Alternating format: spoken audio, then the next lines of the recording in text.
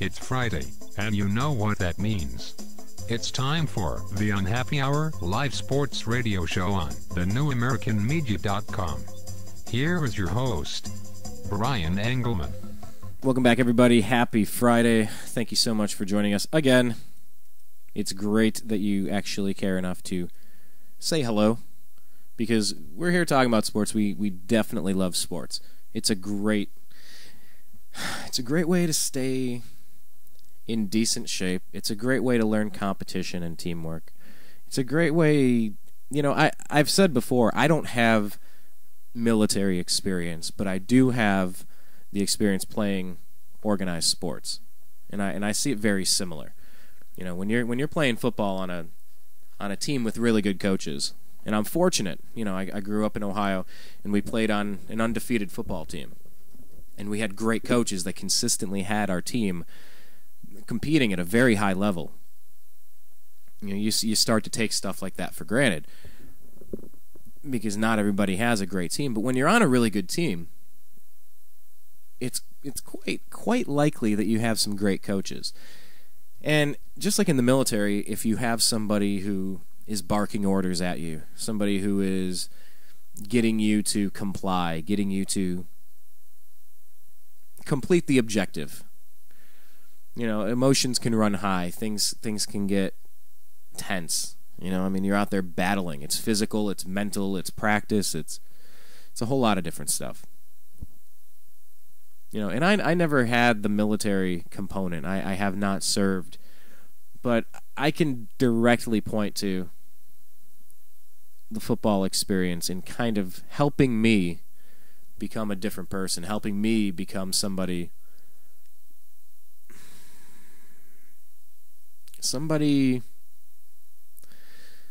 who can look in the mirror and ask the tough questions, someone who can kind of look at yourself and really listen to the words of the coach without responding back, without snapping back, without having a reaction, but to remember your role. We're not talking life and death out there. We're talking sports, which is different from the military, obviously. I'm not saying they're perfect analogies, but when you learn to improve through the direct tutelage of a great coach, it really makes you responsible for your neighbor. It makes you responsible for the defensive tackle or the linebacker behind me. I played defensive end.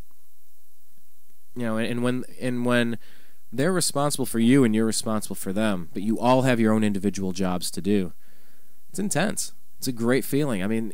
Why do people care about sports? It's a distraction. Yes, it's bred in circuses. It's playing the fiddle while Rome burns. I get that. Come on. At the end of the day, what's more important? The Patriot Act that has people spying on you, which directly violates your Fourth Amendment right to privacy against unreasonable search and seizures?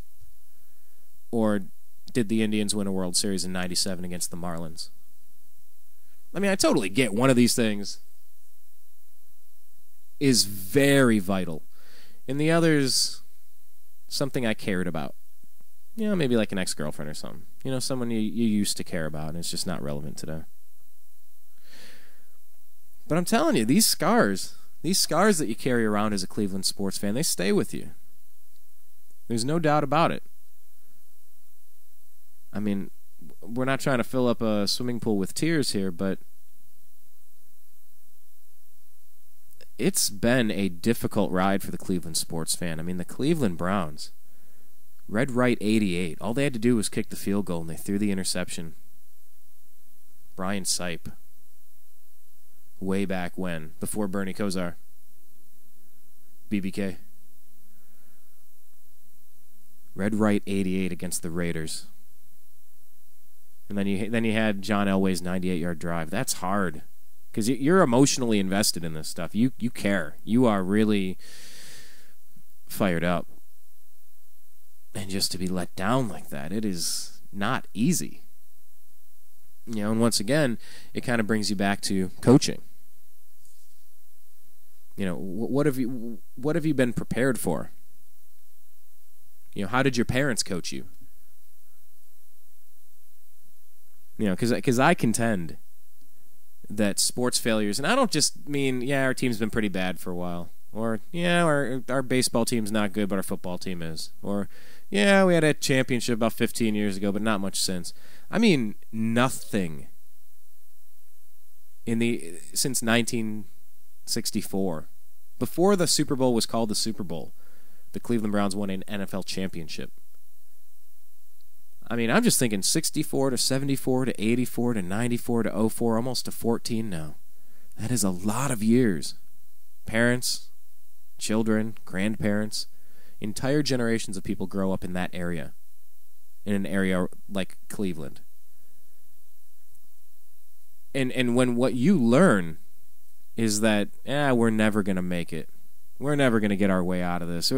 There's no way we're going to survive this. There's no way we're going to win this championship. We always find a way to screw this up. Oh, I'll bet you he blows the save. Oh, there's no way. And we've heard all of them as Cleveland fans. Whether it's someone in our family, some of our buddies, it's just like, they'll find a way to screw this up. And that's a pervasive attitude. That is a really bad, negative thing. But when it's been true for so many decades in basketball, baseball, and football, there starts to become something to that. It almost becomes a self-fulfilling prophecy. And at that point, I don't know. What's real? Are we creating that, or are we reacting to it? I don't know. But when you're coached to not accept failure, and you're better prepared and you have the resources and you've put the time in, not just the time, I mean the right amount of time on the right stuff, and you have the right people and the right coaches and the right resources. I mean, when all this stuff comes together, it is fantastic when you can win some games, when you can win a division, when you can go into the playoffs and maybe even bring home a championship trophy. We were always good, but not that good. We lost a state championship in Ohio to St. Ignatius my junior year. And then we went to the second round of the playoffs my senior year.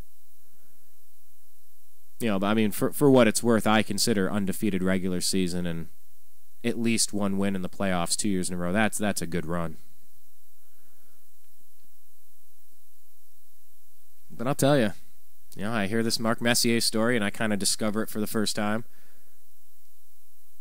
Pay attention to it for the first time. And it just reminds me of LeBron James' guarantee. And he goes on and on about the unique nature of Cleveland. It's not just that one soundbite I told you, but it's more than that. It's like Ben brought up, the 95 World Series loss of the Indians and the 97 World Series loss by the Indians. And then what was it, 07, when we were up 3-1 against the Boston Red Sox and we completely imploded with 2 20-game winners? Fausto Carmona and CC Sabathia. It's not easy being a Cleveland sports fan. But maybe with the right coaching, we can get our heads straight and we can get it right one of these days. We're up against our final commercial break. We'll be right back after these brief words, and we're going to wrap this up here, talk a little about the NBA playoffs and how we see things shaping up, a little bit about the Browns, and then we're going to transition. We're going to make a hard pivot. We're going to talk with Blake Wally. I got to make sure I'm pronouncing Blake's last name right, because I know him as Blake the Eccentric. That's all right. I knew Ben as Existential Ben for 6 months before I learned how to pronounce his last name, Weinbrower. And we'll do that when we get right back. My name's Brian. You're listening to thenewamericanmedia.com's The Unhappy Hour, Cleveland-centric sports show. You were listening to The Unhappy Hour sports radio show on thenewamericanmedia.com. Have you ever considered adopting a pet to be part of your family? Our animal companions can be just as close to us as our human companions. If you're considering adoption, please visit your local shelter and adopt a pet today. Shelter pets make the best pets. Agree to disagree. Yeah, it's a radio show we have on thenewamericanmedia.com every single Friday at 4:30 p.m. Pacific. Join the show. What do we talk about? Politics, religion, and spirituality. Basically anything you're not supposed to talk about in a bar. You're not supposed to have these conversations inside of a bar, but we have them every single Friday at 4:30 p.m. Pacific on thenewamericanmedia.com. Join the show, offer your opinion, and let's agree to disagree, but let's have a good conversation. Follow thenewamericanmedia.com on Twitter at American_media_.